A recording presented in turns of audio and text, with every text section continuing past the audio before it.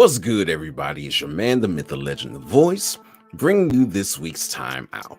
This is where we take a step back and assess the game of life, looking to God for strategies to bring us true success. This week's thought: one-day contract. Throughout the course of an athletic career, it's common that players will change teams. Athletes like Magic and Bird, who are not only the face of the league, but were synonymous with their teams. They're a rarity. Greats like Frank Thomas and Emmitt Smith played their last game with Oakland and Arizona, respectively. They signed a one-day contract to retire with the teams they built their careers with. To sign a one-day contract means there were probably some hurt feelings and offenses that were put aside to make this happen. Being traded or cut, testing free agency, or rejecting a contract offer are all things that lead to players going elsewhere. Regardless of the circumstances, both player and team let bygones be bygones and reconcile to sign that one-day contract. Though not a one-day deal, Peter and Jesus had to reconcile. In Luke chapter 22, verses 31 to 34, Peter told Jesus that he would not deny him.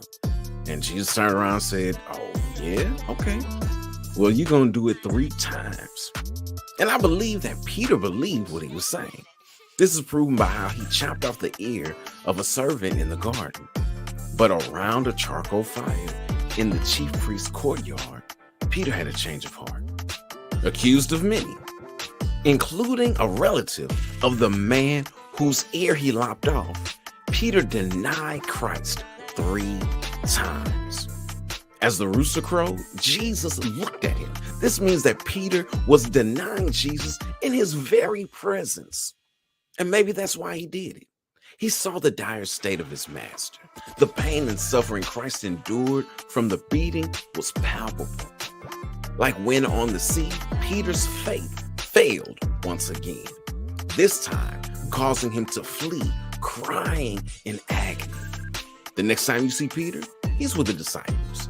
And he's the first one to run to the empty tomb. After making a couple appearances to the disciples, Jesus showed up on the shore as about half of them went fishing.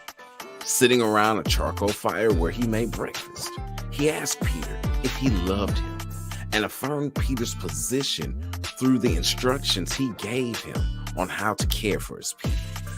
Jesus caused Peter to confess his love as many times for Christ as he denied him.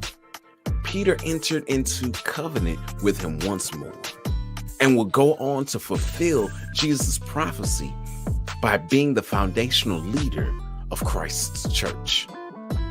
1 John 1:9 says, "If we confess our sins, he is faithful and just to forgive us our sins and cleanse us from all unrighteousness." So here's the play. No matter how great the offense, if you have a mind to ask for forgiveness, Jesus wants to grant it. He died a horrendous death to free us from sin and wipe out all that we've done wrong. He's waiting with open arms to welcome us home. It's your man, the myth, the legend, the voice, with this week's Time Out. All right, time to get back in the game of life. Until next week, ready, break.